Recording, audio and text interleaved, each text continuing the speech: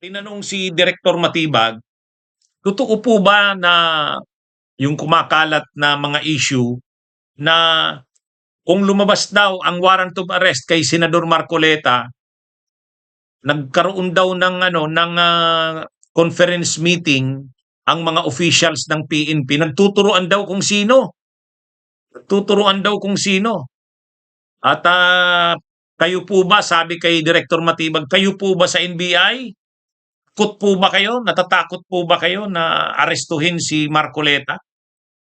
Yun ang direktang tanong ha kay Director Matibag. Eh alam naman natin kasi yung context ng ganyang observation na parang itong mga law enforcement agencies natin natatakot umano sa pag-aresto kay Marcoleta. Alam naman kasi natin si Marcoleta member ng Iglesia ni Cristo. Mayroon nga mga kumakalat sa social media eh. Sige, subukan nyo ng arestuhin na si Senador Marcoleta. Makikita nyo yung gusto nyo. May mga ganung may mga ganung hamon. Syempre, ang inaano nila na may mga supporters yan si Marcoleta na hindi papayag na maaresto si Marcoleta. Kaya, kumbaga, ang tingin ng iba, mas mahirap pa daw yan arestuhin kaysa kay Kibuloy. Kaya yung mga law enforcement agencies naman, iniintriga. So isa sa naitanong kanina sa press ko ni Director Matibag, yung bagay na yan. So tinanong si Director Matibag, totoo po ba na natatakot daw kayong arestuhin si Senador Marcoleta? Ang sagot ni Director Matibag, hindi, sabi niya. Hindi ako natatakot diyan. Yang mga nagkakalat daw ng issue na yan, ng intriga na yan, direktahan niya na daw na sinasabihan, hindi siya takot.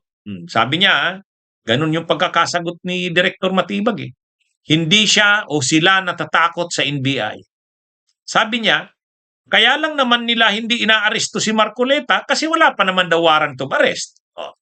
So sabi ni Director Matibag, bigyan nyo ako ng warrant of arrest, dalhin nyo sa akin, aarestuhin ko si Senador Marcoleta. Kaya ang direktang sagot mga kabunyog ni Director Matibag doon sa tanong na yon, kung natatakot siya, sabi niya hindi. Sabi niya hindi. May mga nang-iintriga lang daw diyan, pero siya daw, malinaw daw sa kanila, kapag nakarating sa kanila ang warrant of arrest, at kung may warrant of arrest yan, isi-serve nila yan. Yan ha. Medyo may pagkapiko na yung sagot ni Director Matibag kanina eh. Kasi nga, ewan ko kung sinong nagkakalat niyan. Baka mga DDS. Baka mga DDS. Mayroong nagkakalat na nag-meeting daw. Nag-command conference na daw ang PNP. Pinag-usapan na daw ang pag-aresto kay Marcoleta. Wala daw gusto. Nagtuturuan daw kung sino. Wow. Alam niyo yung nagkakalat nga naman ng ganyang intriga, masyadong ini-exaggerate yung kakayahan ni Senador Marcoleta. Unang-una, totoo naman, wala pa naman talagang warrant of arrest. Si Senador Marcoleta din lang naman ang nagsabi, si Marcoleta lang naman ang nagsabing anumang araw lalabas ang arrest warrant niya. Anumang araw, pero wala pa namang warrant of arrest. Saka pangalawa, tama naman si Secretary Junvic Rimulya ng DILG. Sabi niya, paano naman magkakaroon ng warrant of arrest? Wala pa namang kaso. O nga naman. Wala pa naman tayong alam na nakasampa sa korte. Ang alam natin, nakasampa yung kaso ni Marcoleta sa ombudsman, plunder, indirect bribery. Ombudsman pa lang naman yun eh.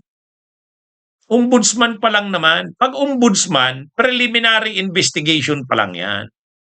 Pero pag nag-decide ng ombudsman na i-file na yan sa korte, yan na talaga. Pag na-i-file na sa korte. Sa ngayon, wala pa namang kaso sa korte.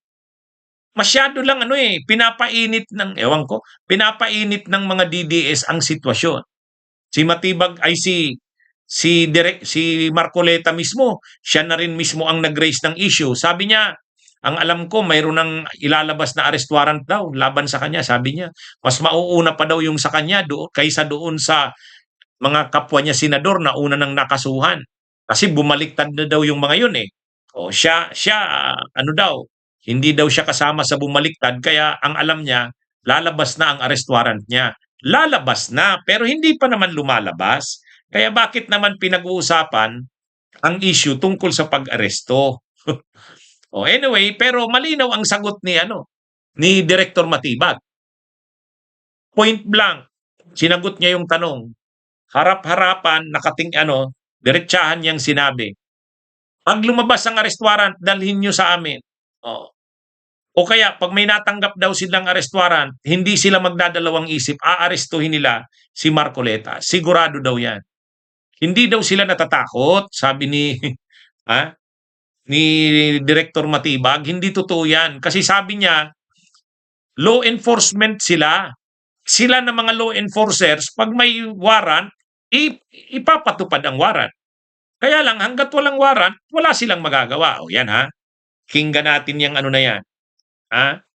Ano ito mga kabunyog, mga kababayan? Napaka na ng sagot ni Director Matibag. Ang sabi niya, hindi siya natatakot, hindi sila natatakot. Pag lumabas ang arrest warrant ni Marcoleta, aarestuhin nila ito. Kasi trabahoan nila yan. Kaya yung mga nagsasabi daw na natatakot sila, intriga lang yan, sabi niya. Intriga lang yan. Paano naman daw nila arestuhin? Wala pa namang arrest warrant. Yun, maganda. Maganda yung sagot ni Director Matibag eh. At least may assurance siya na sabi niya, aarestuhin niya. Basta't may arrest warrant. Yun. Bunyog, bunyog, halikan na kasama ka. Bunyog, kapag buklod ay may pag-asa. Luzon, Visayas, Mindanao, isa ang pananaw. Sa bagong Pilipinas ang bunyog isisigaw. Bunyog.